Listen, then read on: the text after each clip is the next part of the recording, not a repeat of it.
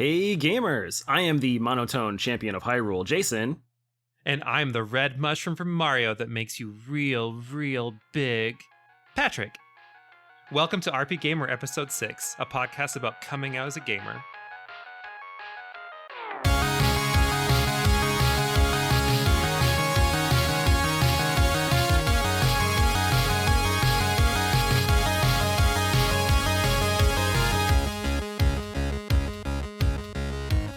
When talking about what it means to be a gamer, Patrick and I actually realized that neither of us had really discussed this before with how we identified as a gamer at the first place, or when we first came out as a gamer, when we felt like gaming was kind of a passion of our own when we were younger and growing up. We wanted to talk about that right now with each other and have a discussion on what it means to be a gamer to each of us and how we sort of identified with that kind of background. It's really funny because I could tell you exactly when I came out as a homosexual male, but I had never really thought about it until I was brainstorming podcast ideas. I mean, I never really truly came out as a gamer or never identified an actual time. So I had to do some seeking into my life and to figure that out. I think that's one thing that's kind of interesting too, because a lot of people are anti-label, which I completely respect. But I think labels can be really important too, because I think they can really unify people. Jason, when did you come out as a gamer? I felt the exact same way as you. I never really thought about when I quote unquote came out as a gamer. So in researching for this episode, I really had to recollect and look back on my sort of gaming history, if you will. I think it would be easy to assume that your very first video game was when you identified as being a gamer in the general sense, but that really wasn't it for me. I can recount my first games were Mega Man 3, Bubble Bobble, these old NES games. First RPG was probably Dragon Quest, or I guess Dragon Warrior, back on the NES. But I wouldn't really say I felt like a gamer until I got my own Nintendo 64 a few years later. I really identified with Link in Ocarina of Time. So I think when that game came out and that sort of adventure and the way that you could play that game, and it was so much different than anything else that I could experience in terms of entertainment. It wasn't the same as a movie. It wasn't the same as reading. It wasn't the same as art and drawing, which are all things that I really enjoyed. I got a different sort of high and a different sort of passion from that video game specifically. And I realized that I was really into playing that game, reading a Nintendo Power magazine, following up on other games that were coming out, just looking at images of the game in that strategy guide and just thinking how fun this is, how cool it is, and how I want other people to experience it. And that's kind of when I realized this is the same sort of passion I have for, at the time I was also in swimming, like a competitive swimming. How old were you? Oh man, I mean, I started swimming when I was 7, and I think when Ocarina of Time came out, I was maybe 10. And I just felt like this is cool, this is for me. And it wasn't like any other aspect of my social friendship group. I felt like no one else was really playing a lot of games, but for me they just seemed really fun and cool. And at that moment with the N64, I finally realized that that's what I like to play, that's what I like to do on my free time. I really liked just all the adventures that we can go on. It was a different type of experience for me, and from that moment onward I always thought that I was kind of a gamer. I knew I was a gamer probably, if I had to pin it down, 94 or 95. I wouldn't say I was ready to self-identify until I found people who are like me. I think that's kind of how a lot of people determine who they are, is they start finding groups like them and things that they see the reflections of themselves in. It's kind of funny because I probably knew that I was gay before I knew I was a gamer, because I remember being in the second and third grade and already being noticing that I had attraction to males. It probably started that early, but I wouldn't say at that point, even though same thing as you, there were some pretty hot games that I was playing that early, I wouldn't have said, oh yeah, this is exactly who I am. And a part of that might just be the age too, because you think for me in 94, before that I was 8 in 94, so you are very early, maybe not even at all identifying with things, you know what I mean? Coming up with that identity, you're kind of just absorbing a lot of the stuff around you. I'm glad that you brought up the people that were around you at the time of you sort of coming out as a gamer, because I feel similar in that sense too. I found a community with gaming as a whole. Largely that kind of came out when I really got into the PS2, Dreamcast, and Game Boy Advance. This is past N64 era. And at those times, I started to finally have my own sort of money that I could purchase my own games. I could go to Toys R Us, if you remember that, rest in peace, and buy Oh gosh, rip. rip. I could buy games there. There was eventually a local game store that opened up in my hometown. We had friends that worked there, and it was neat to see other people that not only had a passion for these games, but also liked those older games that I referenced before. People loved Zelda, and they liked old Game Boy games, and so it was cool to have that group. I felt like I kind of belonged in that sense. Who were some of those people that like really got you into games? Like, who were the people that were really part of that journey? The two big ones I can think of to begin with are my two older brothers. I'm the youngest of three. We played games pretty frequently. So when I was growing up, even before I identified as a quote gamer, I was really into playing Street Fighter 2, Mortal Kombat, other fighting games like that with my brothers. I remember sometimes, you couldn't always like stop playing. So we would end up having to go downstairs for dinner. My mom would call that we need to come downstairs and go eat. So we would just pause the game and then run back upstairs later and like finish our fights. Was your situation one of those like you watched your brothers play because they were older, or were you a part of the whole experience? Oh, interesting. It's kind of both. I think I was part of the whole experience for sure, but there were moments where my brothers would play with their own friends and I would just kind of chill and watch, and I'm sure they hated that. I feel like that's just standard older brother, younger brother, experiences. Exactly. One of the things that you bring up there, actually, that sort of brother bond sort of thing, one of the games that we played, my middle brother, he might be listening to this podcast, so hello, Phil. He really enjoyed Killer Instinct on the SNES, and I remember a moment where he took me upstairs one time to play, and we had I think it's called the SNES Advantage. It's the arcade stick controller, so it's not like the normal one, it's the arcade stick. And he was showing me how to do like Orchid's moves, how to do Jago's moves. I just thought it was really cool, and it kind of just ignited that passion for fighting games, because I knew now this is how you do combos, this is how you can win. And it was really cool, and it was a wonderful way to experience something like that with my family and my brother. Oh yeah, that just sounds super intimate. Like you had this really close connection with a sibling. It's probably one of those moments that a parent really wants to see, where, you just are sharing something and you remember that memory that obviously sticks out in your mind. So it's something that you can value and treasure. Yeah, I totally, you're right on with that. And I know you grew up with family members too. I don't know if you played games with them, but ultimately my brothers and I didn't do too much together. We were pretty, I wouldn't say distant, but we were always friends and always family and always loved each other, but we kind of all bonded around games, and that was our big bonding thing. Did you have a way that you bonded with your family or friends? There were a couple of family members in my life that had a hand in helping in like my journey of becoming a gamer or finding out that I was a gamer. My brother, obviously, I've talked about him a few times, like watching him play Resident Evil, or the first time we played Shining Force 2 was together. So there were some experiences there, but it was still very like I'm the observant brother and he was the player. My cousin Kyle, we are about the same age, he's just a little younger than me.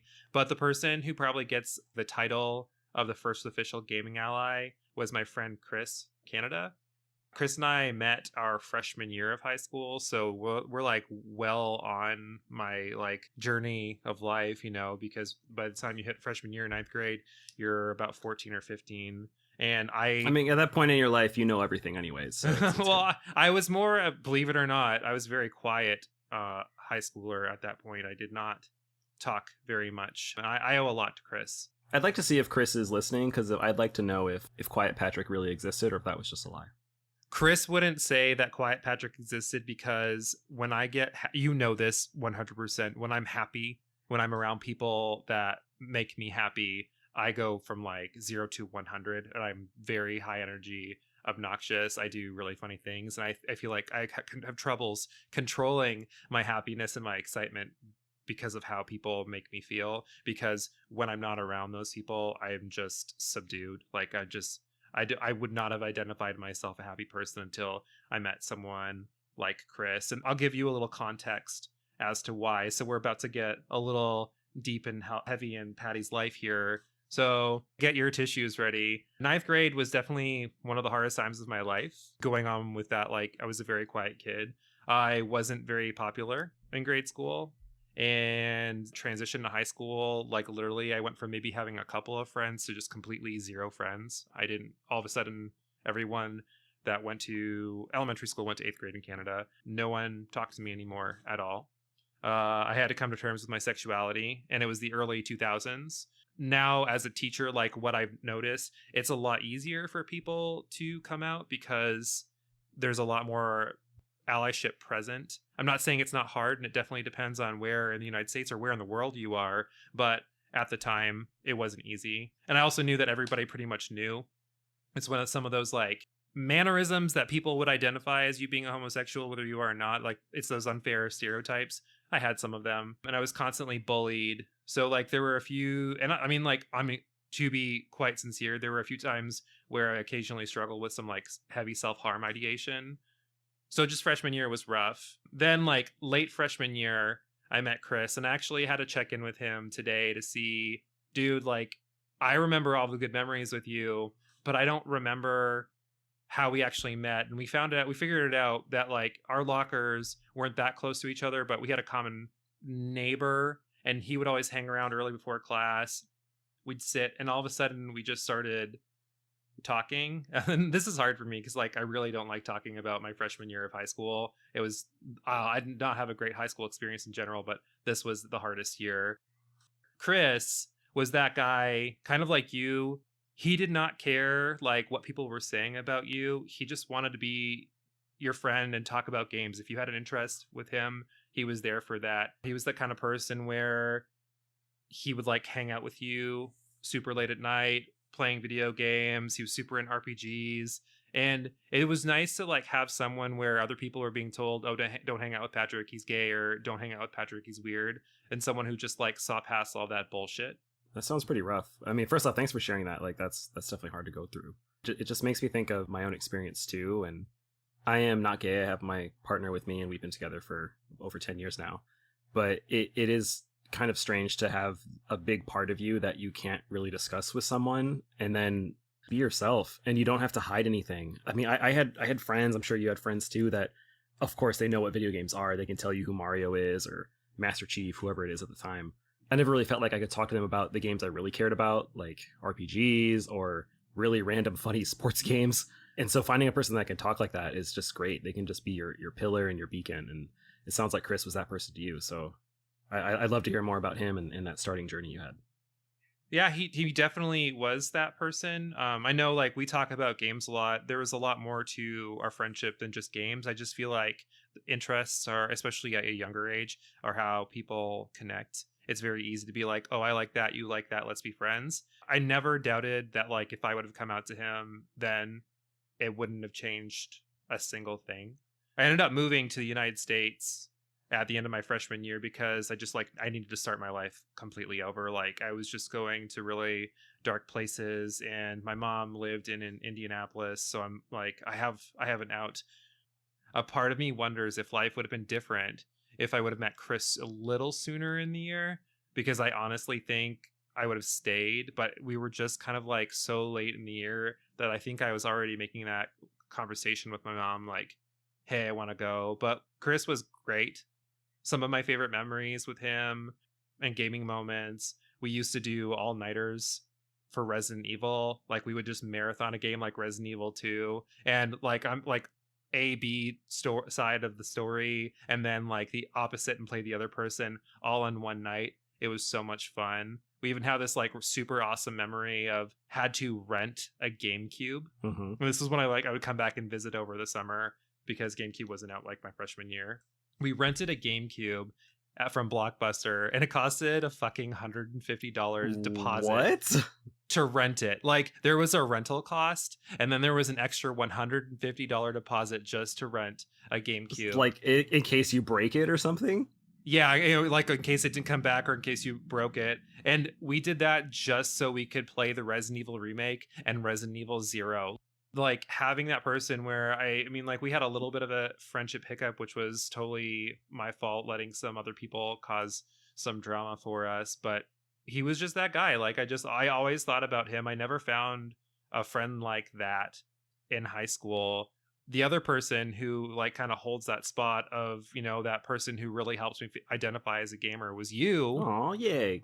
You're my American Chris. Like you are the next person that I found where it's just kind of like you have that bromance and it's like on the base level, it's just the interests. But then if you like go in further, you see that, oh, there's just so much more to it than just the interest. Like that's just the some of the discussion piece before you get to some of the more meaningful things. Because I'm a huge people person, it's really those connections that really help you identify who you are, and finding those people, and like you and Chris are totally those people. Oh, that's nice. I'm sending little hand heart shapes through podcast universe to you. I wish I could see, but you have your camera off right now. Cut this all out. Okay, I talked a lot there. I got a little heavy.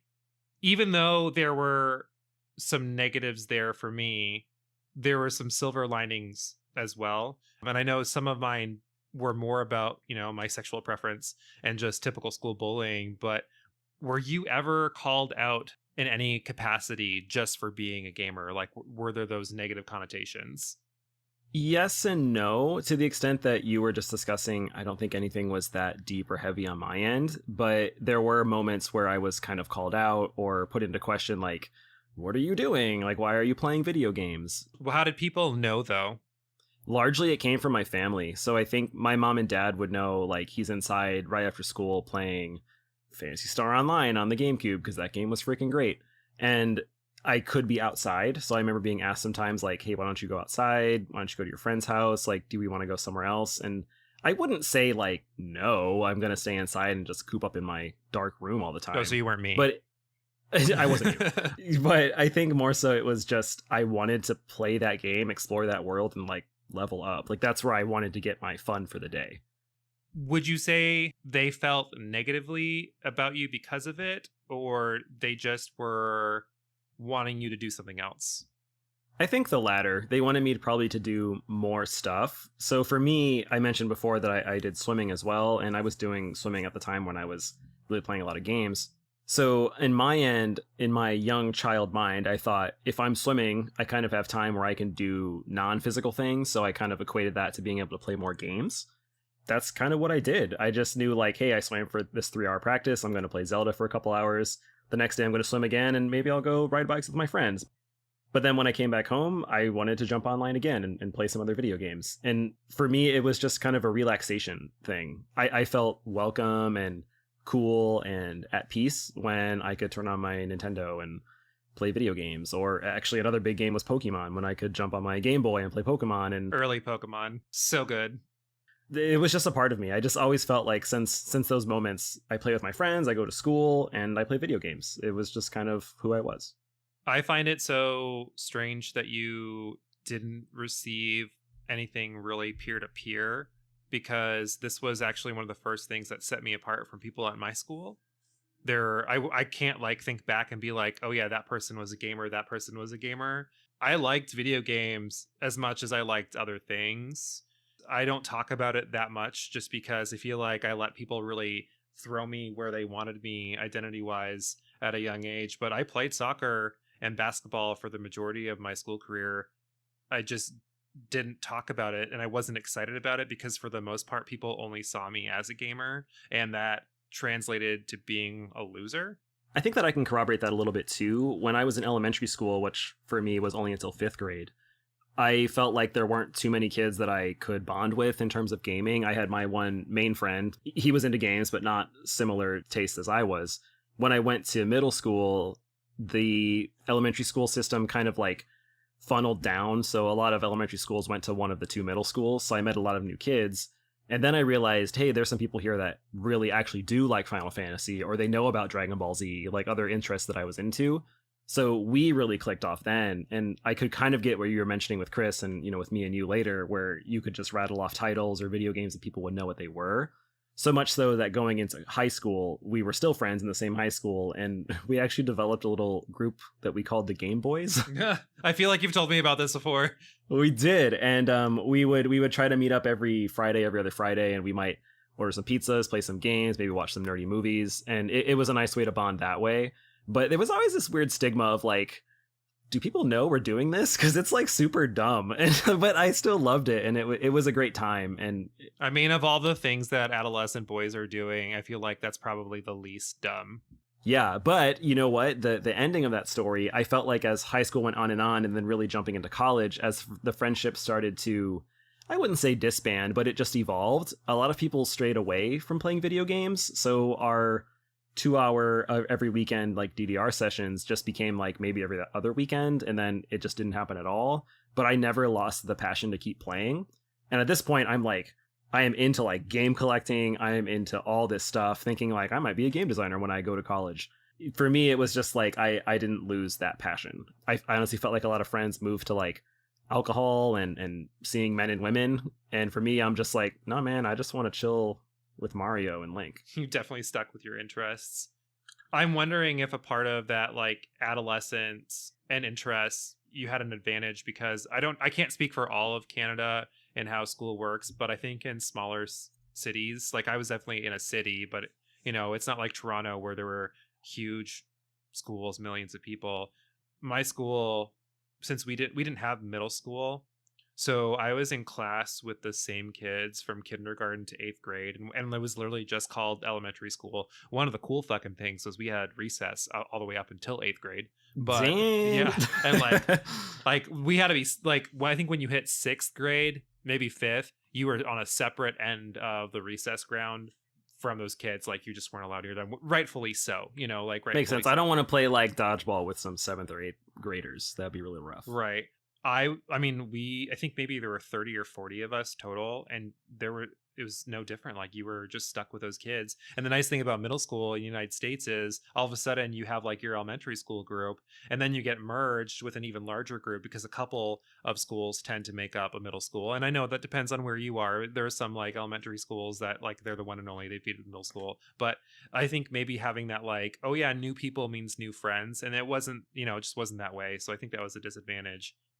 You're totally right. I don't know what I would have done in my gaming career, or my gaming life, rather, if I hadn't met those friends in middle school. I largely think I would have continued down the same track, but there were certainly games that were influenced by those friends. I mean, I just mentioned DDR. That's Dance Dance Revolution for the uncool people out there. Those moments were definitive of my high school experience, and that's kind of what I remember, among, many other things in high school too. But they're up there. Like I can remember playing DDR. I can remember going to Japanese class and like meeting other students that were into video games. And it's just it's different. It's so weird to think about how much the social aspect can come into being a gamer, when at the beginning of this podcast and the beginning of my coming out as a gamer, I felt so alone. And then I get more and more experience and more people come into my life, and I feel like I'm not alone. And there's more people out there that like what I like. The things have just changed now. It's definitely more socially acceptable to be a gamer, and I think it's because there are so many platforms and approaches in which people can game. You can be a tabletop gamer, you can casually play games like Animal Crossing, or you can play any FPS that's out, or you can be a super hardcore gamer and you'll still manage to find a group of people just like you. And I think one of the main reasons why is the internet. Oh, definitely. The internet kind of changed everything. I remember our old computer on dial-up. Remember dial-up? And just being able to go online and I remember dial-up for the wrong reasons. Oh, lovely. That's a different topic. I remember going online and mainly looking up cheat codes because I thought that was cool, like just getting codes and whatnot. But then really finding sites like IGN or GameSpot and realizing that there's entire communities that are completely other continents away from me that also like video games. And that whole idea just opened up even more and more. And it totally changed how we play games, and how, like you were saying, how I would define being a gamer. It was completely different. Oh yeah, once the internet hit, both my brother and I had an experience where we met people who lived in different parts of the country solely because of like chat rooms and websites where we were safe and with our parents and whatnot. It wasn't anything sketchy, but like I legit have a friend who lives in southern Indiana, and I met her when I was still in Canada. We bonded over Final Fantasy VII. So the internet, definitely grateful for that. You keep on bringing up first games, and I think that's really important. And like we talked about, for me, Final Fantasy wasn't my first game, but it was one of the more prominent ones. Do you think first games hold their greatest impression in your journey into becoming a gamer? Ooh, that's a good question. They do and they don't at the same time, because I think that I remember very, very minor things about my earliest games, but they're probably the ones that had the most influence because I remember them.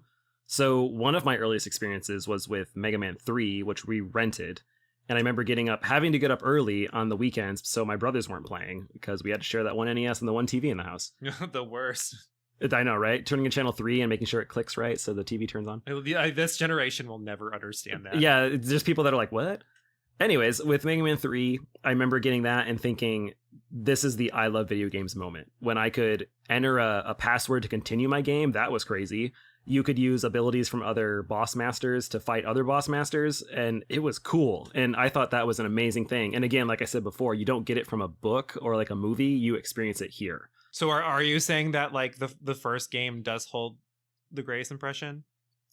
See, I don't think so, because I think that's what I remember and I loved that, but I never really followed up Mega Man 3 with like Mega Man 4, 5, 6, 7, 8, or 9. I just didn't really play them as much, but I liked that one experience. Also, it's downhill after that for a little while. I know you and I will argue about that, but yeah, that, you know what? That's another topic. Let's write that down later. We can talk about Mega Man series.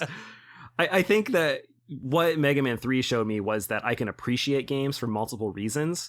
And that's really culminated in Ocarina of Time in, 97, 98. When that game came out, I was like, Mom, I need that game for Christmas. Like, that's what I want, because it was everything I was looking forward to from a game. It was the action, it was the story, it was the adventure, it was the visuals. And that's when I really think that game made me really appreciate gaming. And it wasn't my first one. It was like, at that time, my like fourth Zelda. But I think it was when I really appreciated that sort of artwork, that genre, this sort of medium was for me. So that is your coming out game, like your official, like, I'm here, I'm Game Gear, I'm a gamer. Yeah, absolutely. I think for me, I needed to play that game multiple times. I wanted to talk about it with friends. I thought it was amazing. It still lives up today. I think that's the one that I came out as a gamer for sure, was Ocarina of Time on the N64. And what would you say was your kind of coming out moment, Patrick, for gaming? Your earliest game? Was there a different game later on? Have you maybe not discovered it yet? I don't know. So obviously RPGs were like the gateway into becoming a gamer, or else we would have to rethink like this channel because it's called RPGaymer. And like I mentioned before, Final Fantasy was like a pretty impressionable game for me, but I just wouldn't say that it was the game that defined me as a gamer. It definitely like started something, but it wasn't like that, oh, this is who I am, especially because I played that really young. How young is really young for a Final Fantasy game? I played the first Final Fantasy, and I think I've said this before, but I think I was either 4 or 5. Was not a big reader then, and it like I mentioned, it's definitely one of the games that have like helped teach me to read. That's not the game. Like for me, if I think about like the first Final Fantasy, and I'm like, this is really what got me into super gaming, it just wasn't it. So for me, I couldn't limit it to one game, and the reason why is because I pretty much played them at the same time. The two games that helped solidify this part of my identity were Phantasy Star 4 and Shining Force 2. Those are games you probably don't hear too often. Yeah, so those are really old Sega games, and if you have the opportunity to pick up the Sega classics on Switch or PlayStation, or I mean, I think it's on anything, and you can get it on Steam too. They're two very influential games. Like you can see their impact resonating over like eons of gamings, like tons and tons of games. So those were definitely the first two games where it was just more than enjoyment. Admittedly, I have not played much of the Phantasy Star or the Shining Force series. So what was it about those games? Sad face. I know, and I even have the Genesis Classics Collection or whatever the thing is called. So I guess what was it about that series or those games specifically that you really identified with? Bitch, play them yourself and find out. Okay, I've played like one or two of them, just not the other 20. So there are a couple of things. I think the first one, like no matter what, complex characters are this is more towards Phantasy Star as opposed to Shining Force. Phantasy Star is like your traditional turn-based. Traditional turn-based, edgier, deeper plot. Very character driven, especially for an earlier game, because we didn't have a lot of character driven games on earlier systems. It was very like action heavy or just like entertainment heavy, but this was one of those ones where like you had true characters with true personalities. So we really Phantasy Star, the characters really developed over time, and you got to see that. The other thing was like the storytelling was incredible. There were some moments in the game, like very meaningful moments. Of course, I'm going to say character death. I'm not going to spoil who and what, but like it's been like 30 years. But still, I mean, like I really want people. Yeah. That's one of those times in a game where I probably felt the most shocked about the character that died, because it makes sense who dies if you kind of pay attention to what's going on, but how they die, when they die, you don't see it coming. It's early in the game, relatively early, and it hits you like, and the music is very strong, and I was like, I'm super into this. I think the other reason why it just really helped both of them reinforce why I'm a gamer is just the systems were more intricate than some of the other games that I was playing. And like, I'm a person who likes quality. I don't want to pick up a game. Like, if I pick up, you talked about Bubsy in one of the games, and then I pick up Dynamite Heady, they're basically the two, like basically the same games. They're Mario knockoffs. Sega's Shining Force and Phantasy Star, they weren't really like, they were still very much their own games. Like, Shining Force was a bright, happy fantasy adventure, as opposed to like Fire Emblem would be the counterpart at the time. They're nothing alike, but you could see some similarities. And then Phantasy Star was nothing like Final Fantasy, because it had a lot more character depth. Like, Final Fantasy, until Final Fantasy 6, didn't go as deep with its characters. So I really think that like, you got to see a lot more of these intricacies, and the battle systems were just very different, and they're just great. So that's when I was definitely like, okay, this is who I am. And then shortly after, PlayStation came out, and it just kind of like snowballed from there. You bring up a really cool point, because I didn't think about it till just now, but you're defining Phantasy Star, Shining Force, Final Fantasy, and you're like, in your mind, you're bringing them together and looking at them as a whole, like the RPG genre. I think that is what makes someone a gamer, because you have the idea of the whole genre, not just the game. So you're comparing Phantasy Star to Final Fantasy. Someone that doesn't play games might just see it as these are video games, but you and I and every other person that plays games knows that these have similar concepts. This is why this game series is different than this one. This is why I like this one more. And I think that adds to the overall definition of what it is to be a gamer. You have more than just a liking of a video game. You have a passion for what is good and what you enjoy and what you want to see. And that's probably why you continue playing.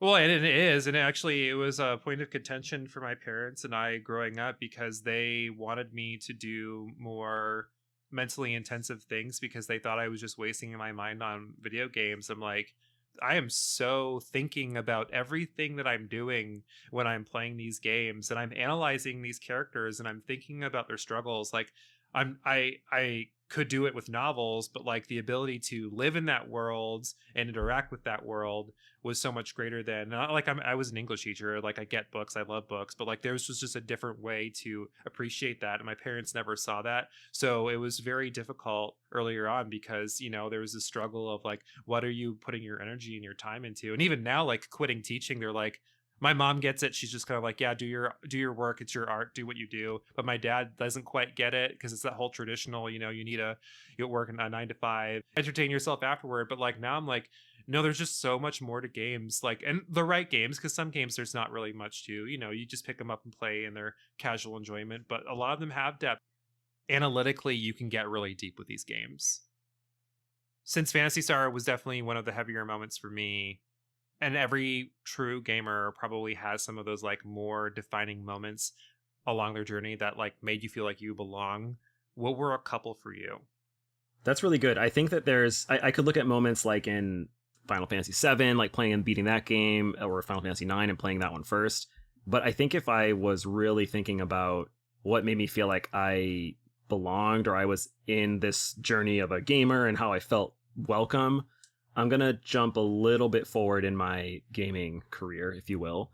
I used to play World of Warcraft in high school and college. Oh, I'm right there with you. Man, that game. Okay, so a little side note. I did play EverQuest first on dial-up, which was great, and having to explain what EverQuest was and how I need to use the internet to play it and we pay every month to my parents was an adventure. But they did it, so that was great. And then I think, wow, World of Warcraft just blows EverQuest out of the water. But I remember one of my friends in high school. Question for you: Were you Leroy Jenkins? No, I was not. I was definitely Horde all the way. One of my friends in high school brought it up to me, like this game, World of Warcraft. I think it came out in 2004, 2005. And I had no idea what it was, but I was thinking, that's cool. I've already played Warcraft 2. I loved that game. My brothers played it, and that's how I like that. And I thought this game looked neat. It's an RPG. It's online. I could play with my friends. So once I started playing that game, it was just a whole new world of adventure and excitement in terms of gaming.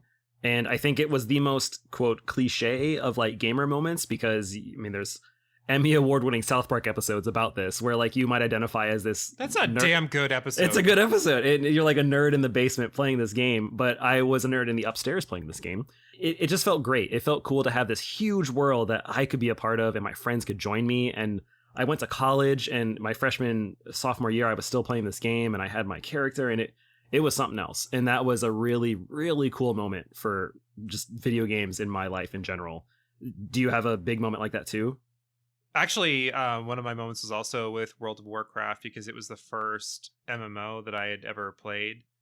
I wouldn't say I started playing it with my freshman floor, but the moment meant something when I was an RA and I started playing it with my freshman floor.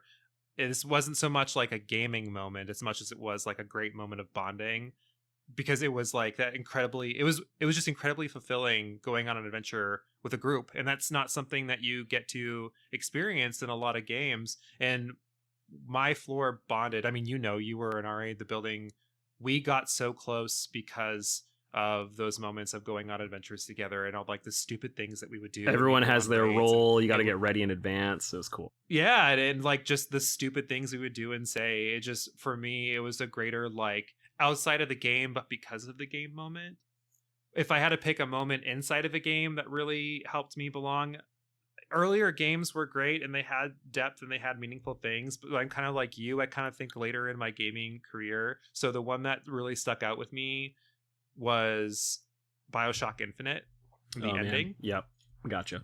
So there's a moment in the game, again, I'll try and dodge spoilers. This one I feel like it can kind of get around, where all the bigger pieces of the game and the plot kind of come together at the end and everything clicks into place. And like when you realize what's going on, it's just very tragic. Oh shit. And yeah, like I beat the game at 1 a.m.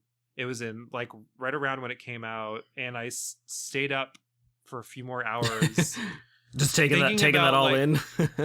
Yeah, like I loved the complexity of the story, but like I was mentally fucked because of what happened in that game. And Scott and I had first started seeing each other, and he didn't quite get it. Like he was like, "Are you okay?" And I'm like, "No, like I am not okay because of what this game did to me." But that's what made it such like a great defining moment in gaming for me, and like kind of let me know like, yeah, this is why I like gaming, because these are the types of things that it does to you. Well, what about you? What's another one? A totally different aspect that we don't really bring up here on this podcast or our streams that much. I am a pretty avid video game collector, so I really enjoy buying good games, like finding cool deals. Really also looking at the strange and random games. They just bring me a lot of joy. I think that overall, once I found that community in my hometown and then just finding them all over the place, game collectors or passionate gamers that like older games or like certain styles, they collect this series or that series, that was really cool to me too. And so knowing that I belong in that community is pretty exciting. And it's not like a community of like, let's show each other our collection and see whose dick is biggest. It's more like these are. Oh, but can we? There could be a game collecting thing. I don't even know. The idea though that there are people that were also passionate about just the history of games and what it means that Sephiroth is in this video game Airgaze, which has nothing to do with Final Fantasy, or that there was a spin-off game that features Mario that no one else knows about. That really brought me a lot of joy too. So that sort of history and game collecting aspect was a really big one for me that I discovered I liked after just years of not knowing what it was. I was just buying games, and then eventually I realized this is why I like video games. I like this aspect of it too, which has nothing to even do with playing the games. Shout out to Did You Know Gaming for kind of that historical background of gaming and what goes into making it, and the flops of development and the intricacies, because I'm with you there. I find it so absorbing when you're just kind of like hearing about what goes on behind the scenes of the game. It's just really cool. Yeah, absolutely. And that's how me as a game collector, I learn about new games and things I look out for or I'm on the hunt for is from those videos. It's from you, Patrick, and other friends saying this game was cool, or that mechanic was neat, or this game is just like Paper Mario. And so that's what I like to hear, and that's what I enjoy about collecting.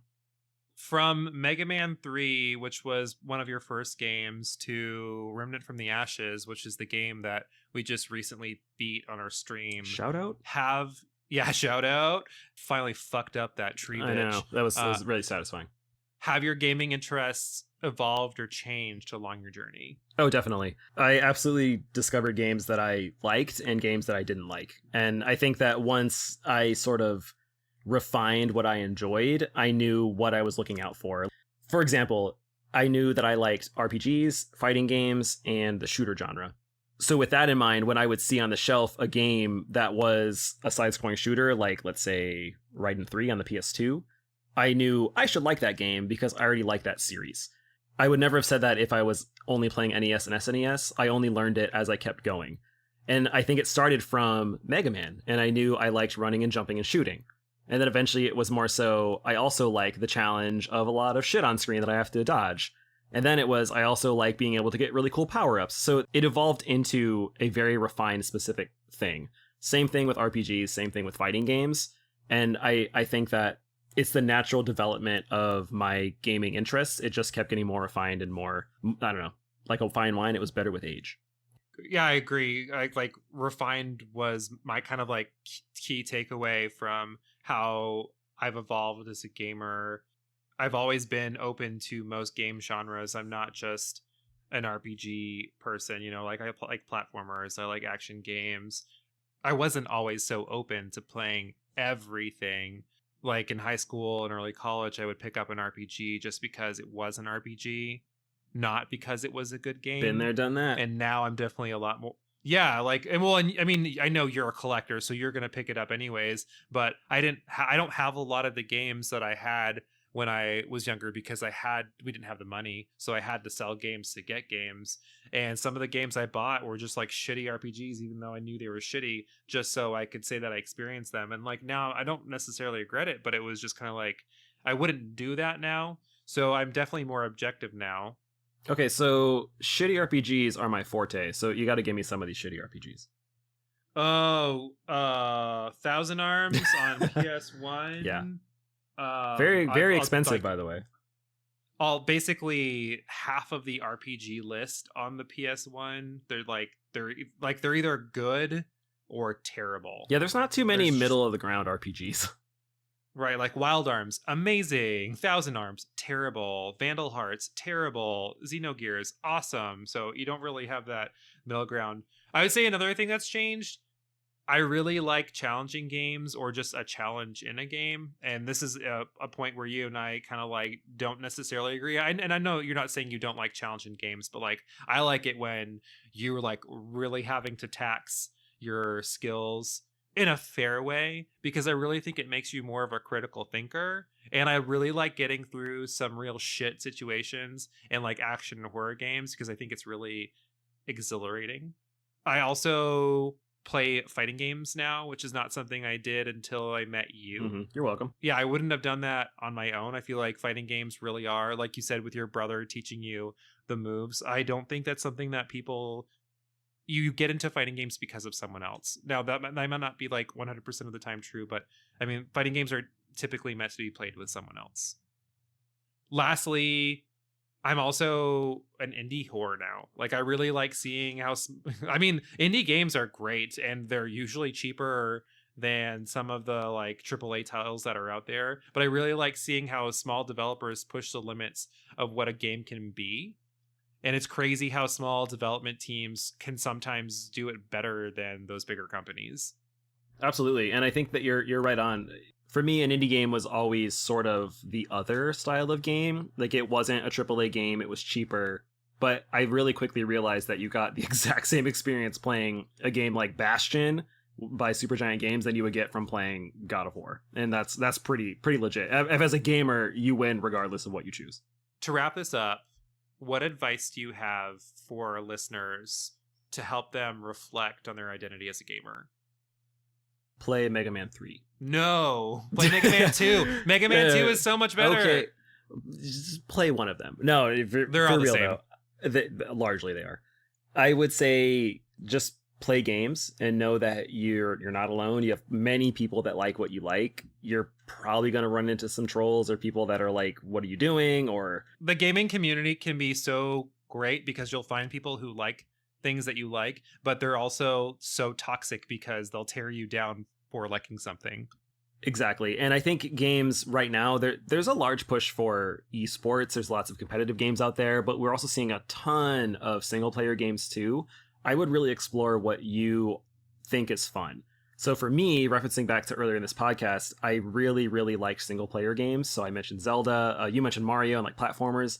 Those are single player games which give you really cool experiences that you could share with others on Twitch or making videos, but just play them and enjoy them. Like if you want to try something, just try it. Don't feel like you have to start anywhere specific. If you liked Final Fantasy 14 and it's online and you want to start playing another Final Fantasy, start with 10. Like it doesn't matter. Don't start with 1. Just play and have fun. And I think that's why games and gaming culture is so great. There's so many options for you to play and find what you enjoy. Yeah, the controller is in your hand for a reason. Yeah, honestly, just go out there and get gaming. Gamers, tell us your thoughts on how you identify as a gamer over at our Twitter, on our Instagram, and make sure you leave a review or subscribe or like. Just follow us, please.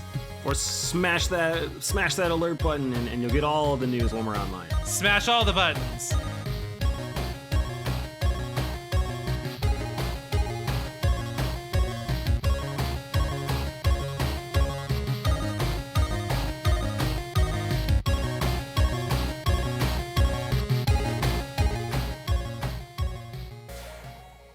Patrick and I have been playing, and we recently just finished Remnant on our Hey RPGaymer stream on Twitch, which you should all be following because it was great. It was hella fun. It was hella fun. Aside from Remnant, what have you been playing recently? I have been feeling a little like nostalgic lately. So I picked up one of my favorite games in the whole world, which I only found out maybe a couple years ago that I didn't get the good ending for. So it's why I'm playing again. And that is Etrian Odyssey 3. Ooh, the Drowned City? The Drowned City. Etrian Odyssey is very, like, for me, very meaningful because it is one of those games that, like, it intentionally harkens back to the classics. Yeah. When you listen to the soundtrack, I just recently also beat the first Sonic, and you can see the parallels between, because Atlas is a Sega company, right? Yeah, unfortunately, yes. Well, I mean, Atlas does a great job with games. I mean, no, totally. They have all of the Megami Tensei games and Persona and Etrian Odyssey. Like some of their RPGs, I like a lot more than some other big names. There are huge parallels between the sounds of some of the older Sega games and Etrian Odyssey, but it's just one of those games where it's a lot about the numbers, and it doesn't always feel like it's about the feel. So this time, because usually what I would do, and we laugh about this all the time, I get paralyzed with the decisions of building a party because I want to make sure that I can try and capture as many different elements in the game as possible. And this time, I literally just went in and I said, fuck it. I made you and Laura characters. I made Scott and I characters, and I made one of my cats a character. And like, we're just plowing through this dungeon. And so far, like, it feels great. And they're really hard games. Like, they're pretty high scale on the RPG That's difficulty. like the point of those games. Yeah. And that's one of the reasons why I'm really drawn to that series, because you're getting something that's going to be a challenge. And that is why I would tend to research, not necessarily like the best party, but a balanced party. And this time I'm really just having a good time. Like, I'm just going through it, and there are some weapons that I can't get because I don't have the necessary skills to get them, but I'm still having fun. And I think that's the point. And that's something that I'm like actively trying to work on in gaming, is just having fun and not stressing about those details. And I know you're big on that. Like you just said earlier, pick and play what you want to play. And I would say if you're into classic RPGs, definitely pick up Etrian Odyssey, because it's just a good game. It doesn't make me mad when people do that. I think you're describing min-maxing, like trying to get the most out of your game with like the little effort, or just doing it all at once. I would rather you do exactly what you said, which just get out there and play it and enjoy it. And then if you want to play again because the game is great and getting other weapons, you have the option to. I'd rather someone just play it instead of just being like, I need to do this way because it's the right way to do it. Like, developing the story your own way and making the decisions your characters make, that's your story. And if I play the game and do it a little bit different, it's my story. And that's why games are great, because you can do that. Well, and that's the whole part of that game too, is like, it's supposed to be your adventuring guild. It's supposed to be your story. Little side note though, it's not like I'm looking up spoilers. I'm not looking up, like, this is going to happen at this point, because I don't like things to be spoiled. But for me, it's just kind of like that am I going to miss something? That's more along the lines of just like, am I going to miss something? But anyways, what are you playing right now? I have also went the nostalgic route in a sense. I was actually turned on to this game by a YouTuber who brought it up in one of his game collecting videos. I recently picked up, because it was on sale on the eShop, a game called Evoland. Have you heard of that one at all? I have heard of Evil Land, and I've been wanting to play that for like the 8 years it's been out. Yeah, it's been a long time. To be fair, it's only been out on the Switch for like a couple years, I think. So this game, So I actually feel like marginally less bad now. Yeah, don't feel too bad. This game is actually, it's a dual pack, so you get Evoland and the sequel in one game or one download. The whole premise it's just a nostalgia bomb, right? It's a nostalgia bomb. The whole premise of these two games is that you are evolving your game as a whole throughout the genre and history of gaming. So for example, the first game literally starts in black and white with no sound. You can only move left and right. And then you find treasure chests, which unlock other aspects of the game. So eventually you'll be able to move up. You'll be able to get scrolling screens like you do in a game such as A Link to the Past on the SNES. And then you also start to unlock high-def visuals. You unlock random battles. Eventually the game, it starts to copy and mimic other RPGs. And that's like the whole point. So can you skip the chest that unlocks random encounters? You know what? I don't think so. There's some chests that are literally right in your way and you have to get them, but there are absolutely other chests that you can miss, because I completed the first game and I'm well into the second game, and I know in the first game I missed stuff because I didn't get 100%. So I think the things you're missing are probably not critical to the gameplay, but that's kind of the experience. Like you're going in and you're evolving your game from an NES style RPG to an SNES to the PS1. And you eventually see the connections. The game is obviously parodying Final Fantasy VII, so that's kind of great. But I mean, even down to like, there's like the characters are named almost Sephiroth and Cloud. It's amazing. You get to see and appreciate RPGs overall. If you've played from the Game Boy or NES up to the PS1, PS2 era, you will absolutely appreciate what this game does, because it's really clever. It's also incredibly short, so the first game is over really fast, and it's a blast. And that's like the power of indie games, because you get to see what these crazy ideas that small developers have, and the art that they want to show. Absolutely. I think Evoland 1, I'm going to make up a number, I think it was 2008. It was a while ago, but the sequel is also on that package, and it is a much better game. You can tell like they had a lot more time for it, but they go backwards, so I don't want to get into too many spoilers, but you start off in like a nice high def, it almost kind of looks like Golden Sun on the Game Boy Advance. You start with that sort of style, and then you devolve, so it's like a Devo land. You kind of go down into the genre and you get more and more retro, and it's the same ideas though, and it's just neat to see it play out. Again, if you're an RPG fan, this is a great package. It's called Evoland. Bitch, I was spot on. It was 8 years ago. Nice.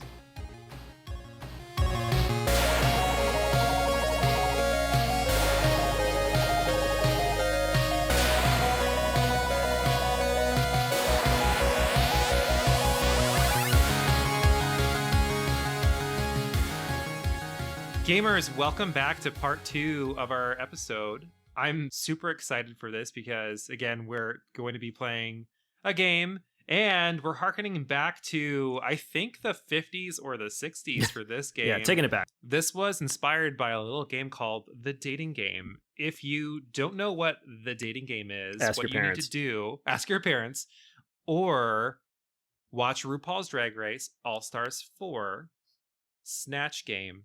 And it's that whole game where you have a contestant come in looking for love, and they have 3 blind bachelors or bachelorettes, and they give a little info about themselves, and the contestant asks a few questions, and you try to pair them up basically based on who they think would be the best fit for them. So we're going to do the same thing, but we're going to do it with video game characters. And the way it's going to work, just kind of like I said, Jason and I are going to describe the contestant of who and you'll know who it is because we'll tell you who the contestant is and give a little info about them.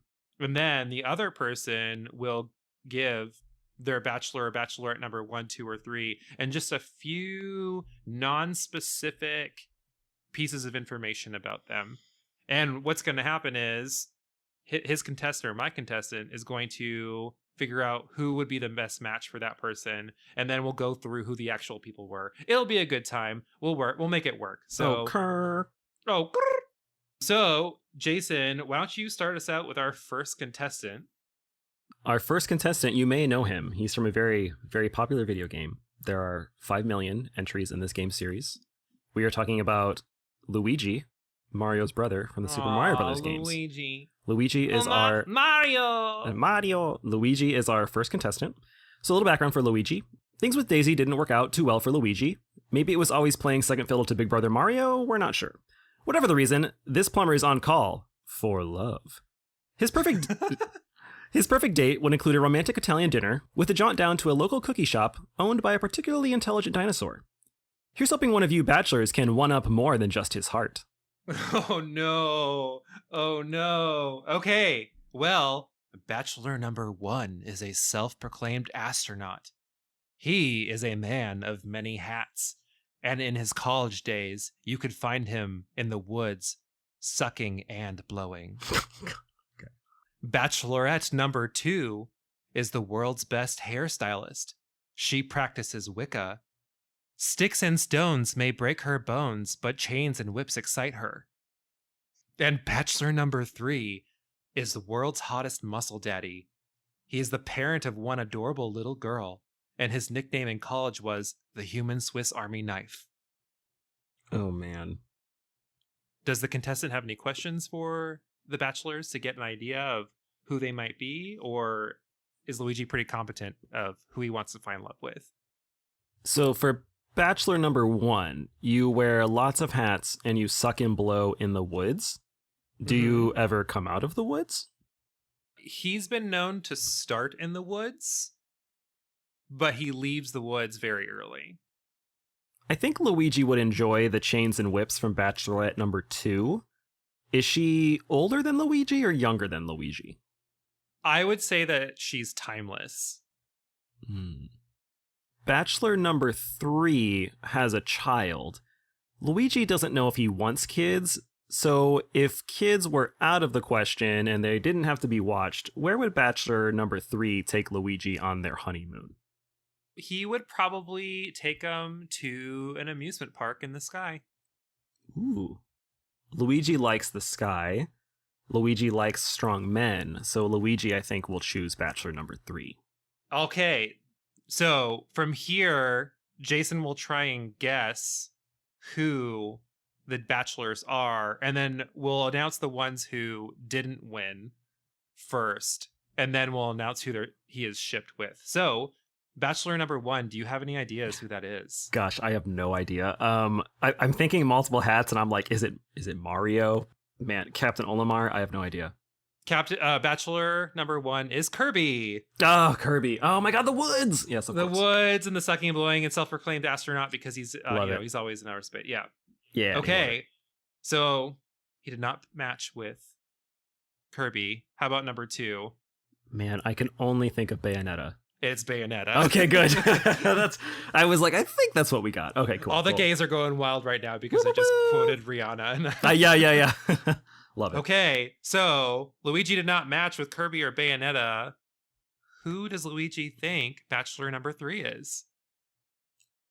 I don't know who has. He's the world's hottest muscle daddy, and he's the parent of one adorable little girl. Obviously, like the people I'm picking, they're not like super specific, obscure characters. They're like bigger names. And his nickname in college was the Human Swiss Army Knife. I don't know. That one's making me thrown off, but I want to say it's Barrett from FF7. It is Barrett. Okay, good. I could see Luigi with Barrett. Okay, yeah, absolutely. I mean, I was going to do a fisting reference, but I felt like it would have been good, but at the same time, I think it would have thrown you off. Like, I think the Swiss Army Knife one was kind of like what helped. We're good. So if we had to do a ship name for Barrett and Luigi, what would it be? Barigi? Barigi? Larrett? Larrett. I like Larrett. All right, Larrett. Okay, let's keep rolling on from here. So let's go. My first bachelor is Link from The Legends of Zelda. Link is a professional ocarina player. He got his master's in Hyrule. Ooh.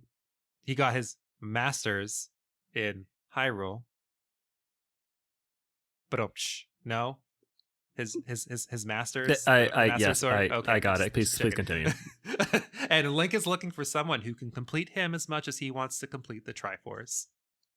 Oh, that's cute. Actually, I like that. All right, Link's looking for love. So who do we have? Because it ain't Zelda.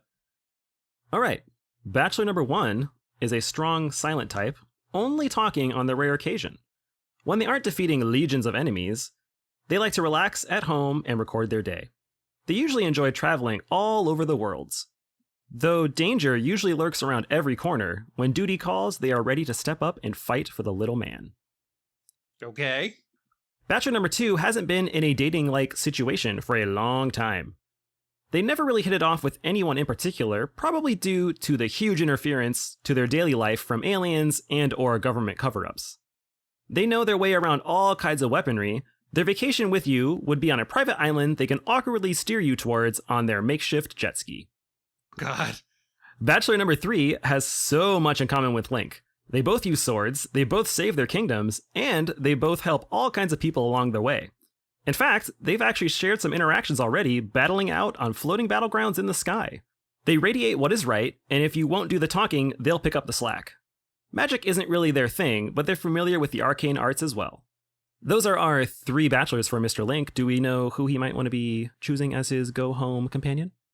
I think Link would probably want to be with someone that he could spar with. Mm-hmm. I'm also saying this because I have no fucking clue who your people are. So he's going to go with Bachelor number 3. Excellent. Do we want to try to guess Bachelor 1 and 2, or? I honestly have no idea.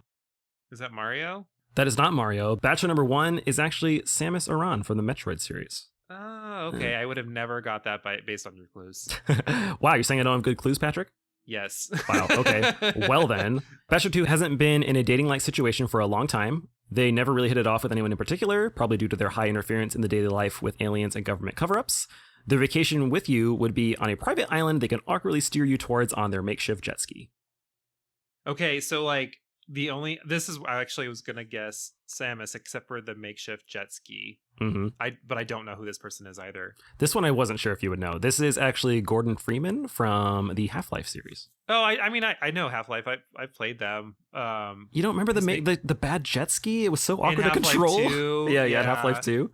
I mean, they don't talk much. It's a little obscure, bro. There are a lot of characters in games that don't talk. That's true, but I think all right, we're good. Who did Link get with? So Bachelor 3 has a lot in common with Link. They both use swords. They both save their kingdoms. They've actually been in a video game together, and they radiate what is right. Bachelor number 3 has hooked up with Pit? Link. Is it who? Pit? It is not Pit. It is Ike from the Fire Emblem series. Oh, they radiate what is right. Ah, okay, you get it. There's jokes in there. I did that. Ike was in Path of Radiance and Radiant Dawn, so that makes sense now. And they're both. Well, I think I could see that. That's a good pairing. It's a good pairing. Link's totally a bottom. So see exactly. Well, I guess what would Link and Ike be? Would they just be Ink?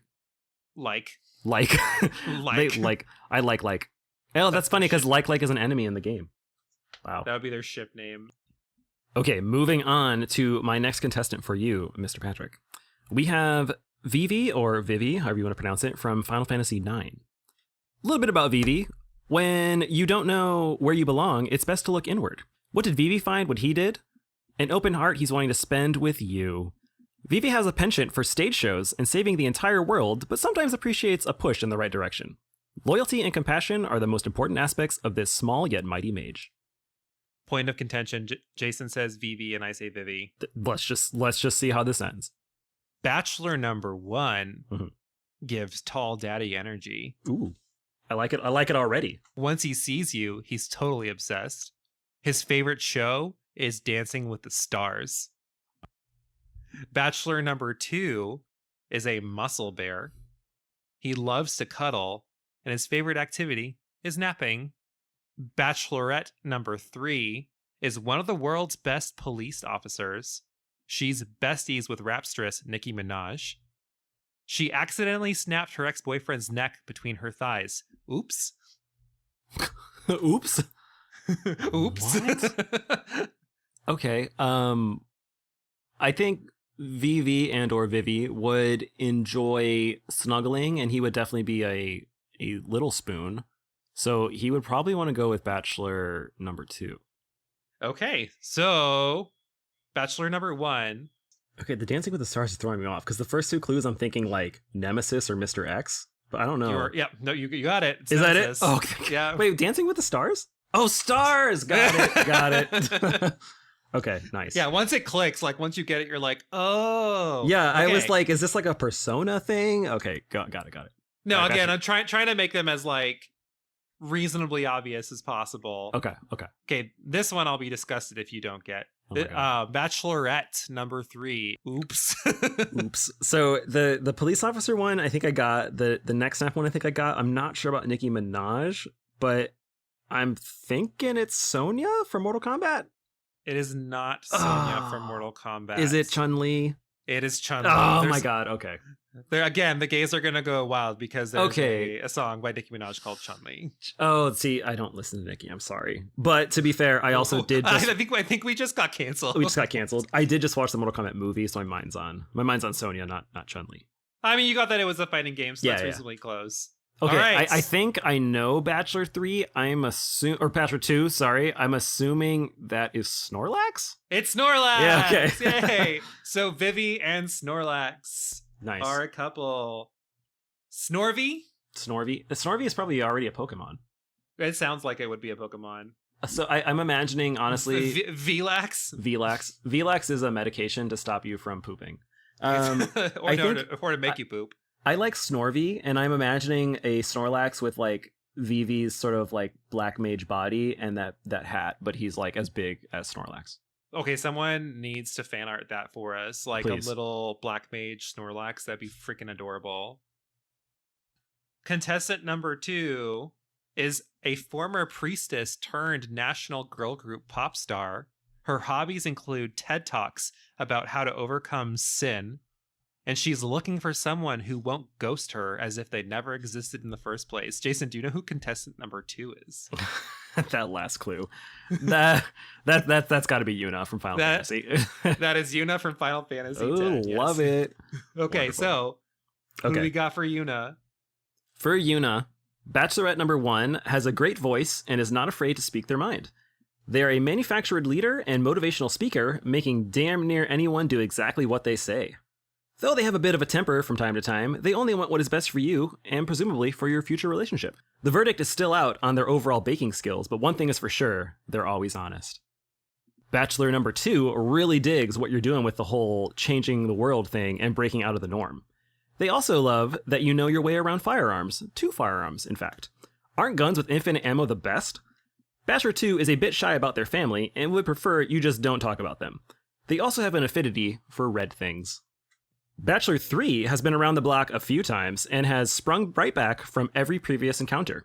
So many people think of them as easy, but when they put their mind to it, they can be a mighty king to you and yours. They're a bit clingy, but will always bring a smile to your face. The experience might be over fast, but you'll remember them for decades to come. Okay. I think that Bachelor number 2 has a certain like bad boy energy that Yuna would be interested in after Titus's disappearance. So I'm going to go with Bachelor number 2. Yuna got literally ghosted. Literally ghosted. Bachelor 2. Yes. All so right. let's... Do you want to go over Bachelor 1 again? Okay. Yeah, go over Bachelor 1 again, because I honestly have no clue. Bachelor 1 has a great voice. Actually, it's Bachelorette 1. Has a great voice and is not afraid to speak their mind. They're a manufactured leader and motivational speaker, making damn near everyone do exactly what they say. The verdict is still out on their overall baking skills, but one thing is for sure, they're always honest. I have no clue for that one. This one's a little weird. I know you know who it is. Do you have a guess or no? Let's hear it. I have no guess. This is actually GLaDOS from Portal. Oh, I've never played the Portal games. Oh, I'm sorry. I mean, I know the cake is a lie, but... Yeah, the verdict's still on their baking skills. They're a manufactured leader and motivational speaker. I acknowledge my cleverness. Thank you. Okay. Bachelor number 3 has been around the block a few times and has sprung right back from every previous encounter. So many people think of them as easy, but when you put their mind to it, they can become a mighty king to you and yours. They're a bit clingy, and the experience is over fast, but you'll remember them for decades to come. Any guesses? I mean, I don't know this one either, but I was thinking like King K. Rool, but I honestly have no clue. Lovely. This is actually the slime from the Dragon Quest series. Oh, King Slime. King Slime. They've sprung back. They're a little clingy. They think of them as easy. The experience is over. You missed all my clues, Patrick. Okay. All right, bachelor number 3. Do you have a guess for who bachelor number 2, who they might be? I actually do think I know this one. I think this is Dante from Devil May Cry. This is Dante. Nice job. Yeah.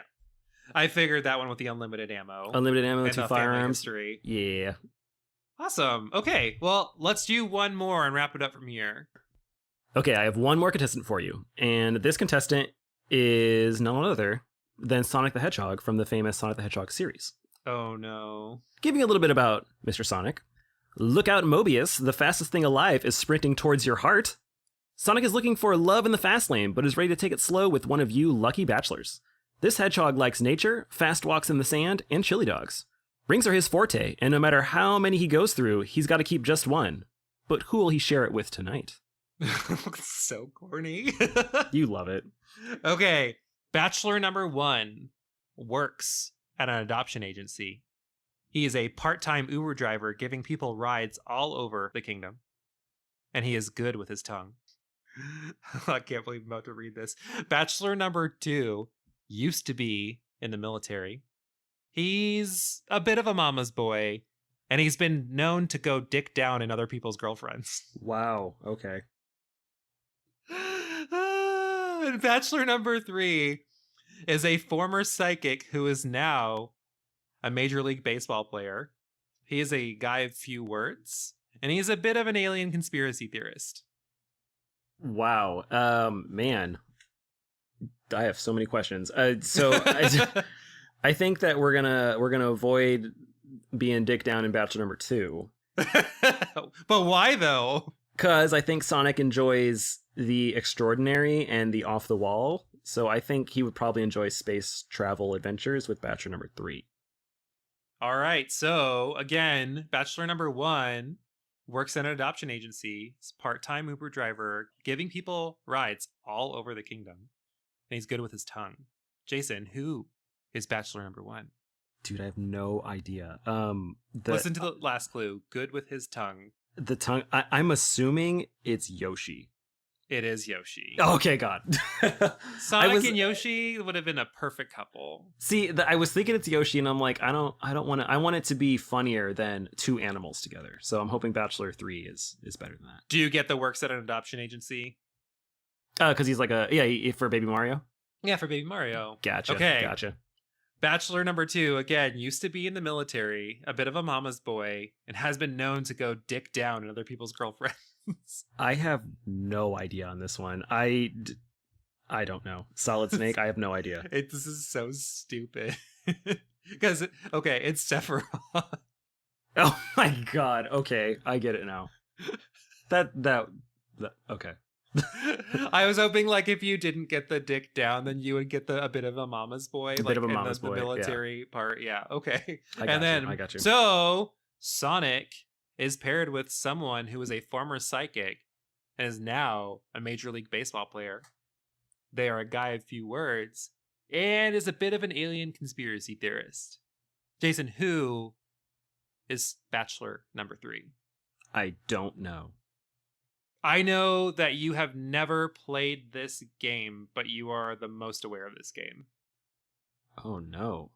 The baseball thing. I mean, is it an Earthbound character? Yes. Oh God. So is it Ness? It's Ness. There we go. Yeah, I mean, you got it. You did it. You did the thing. I did it. I did a thing. I pieced it. But you helped me. So it wasn't a solo. Let's give him a ship name now. I'm thinking No Nick. Like, as in this should not happen. No Nick. SNES. SNES. Yes, well, we'll just call them SNES. The irony is it's palpable. Yes. Full for half of them. Yes. All right. Wrap us up, Jason. Well, I guess this is me wrapping us up. Wrap us up, Patrick. All right. Contestant, our very last contestant for the evening is a muscle-clad pro athlete with a bit of an anger problem. He has a bit of a complicated history with his family, and he is looking for that special someone who can be a great co-parent to his son, Boy. Jason, let us know, who is contestant number 3? It has to be Kratos, the God of War. Absolutely Kratos. Boy, I love it. Boy. I put the boy, and the boy just didn't sound right, so I had to go back and erase it just to say boy. I like the temper problems. Yeah, I got you. Yeah, if I feel I was going to use him as a clue or as a potential bachelor, but I just felt like he worked really well as he needs some love. He's had some really rough goes with relationships. I could dig Mr. Toast. For Kratos, Bachelor 1 might not be the biggest, or the strongest, or the burliest fighter, but they somehow outlasted everyone. Their desire to learn from others is commendable. They're not afraid to scarf down any and everything in front of them, and would likely leave a hefty bill. Delightful and airy at the same time, they just want to say hi. Bachelor 2 isn't intimidated by your overly masculine features, being something of an icon themselves. They are masters of multiple martial arts and weapons, and think they'd be able to handle your blades of chaos with a bit of their own training. There were some leaked nudes of them a while back, but they've come back from that, and most recently have been making waves amongst many new fans. Clever, quick-witted, educated, and adventurous, they're ready to take on the next cave with you. And Bachelor number 3 has a strong relationship to their family and can't wait to make you part of theirs. Their determination and focus is scary.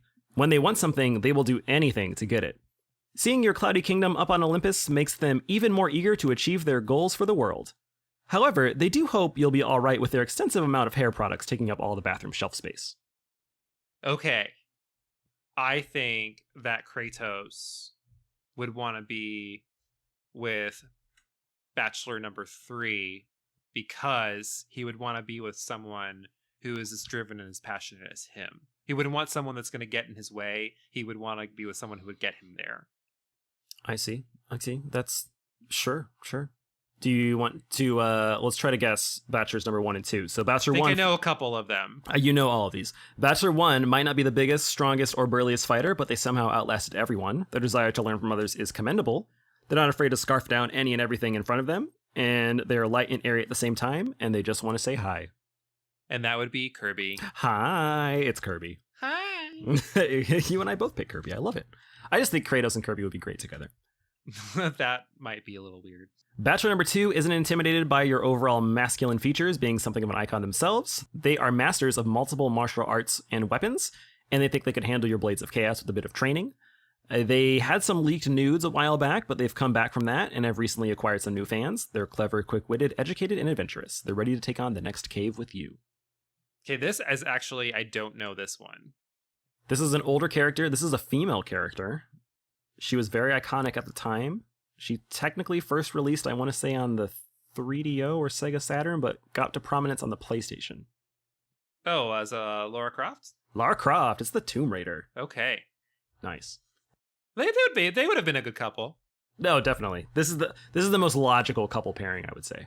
But you, I have a feeling that Bachelor number 3 is going to be the hottest hentai shit we've ever seen. Probably. Do you know who Bachelor 3 is right now? Yeah, it's Sephiroth. It's definitely Sephiroth. I mean, they're going to take up all the hair product space on your bathroom shelf. But that's good because Kratos has only just beard oil, so we're solid there. This is the one that we actually need drawn, but this is like the after hours drawing. Like we'll post this on our OnlyFans. On the OnlyFans. What is the hashtag ship name for Sephiroth and Kratos? Creperoth. Crateroth? I think it could be Crateroth. Crateroth? Sepatos? Crateroth. Crateroth? Crateroth. Okay. Hashtag Crateroth. We'll make it a thing. Okay, that was super fun. I'm glad we were able to do that together. But Patrick and I do want to know your thoughts on what these relationship names should be over on Twitter and Instagram at RPGaymer. Let us know what you think Sephiroth and Kratos should be. Or, you know what, why not just any of those names? Kirby and Snorlax. Or Sephiroth and Sonic the Hedgehog. Yeah, let's get these video game characters fucking. If you enjoyed listening to us today, be on the lookout for our next podcast, The Golden Age of Gaming, coming up in 2 weeks. Thank you for listening to us today. We hope you enjoyed this podcast. Patrick and I are all over the place online. We have our own Twitch channel at RPGaymer. You can follow us there. Like we said, we just beat the game Remnant. It was super duper fun. And if you missed those streams, we're actually uploading them to our YouTube channel, which we will link in our podcast description down below. Gamers, we appreciate you all for listening and hope you had a great time. Now go out there and get shipping your characters. Have them make babies. Snorlax and Vivi, all of the children! More characters in Smash Brothers. Make it happen. Oh my god. Yeah. Bye.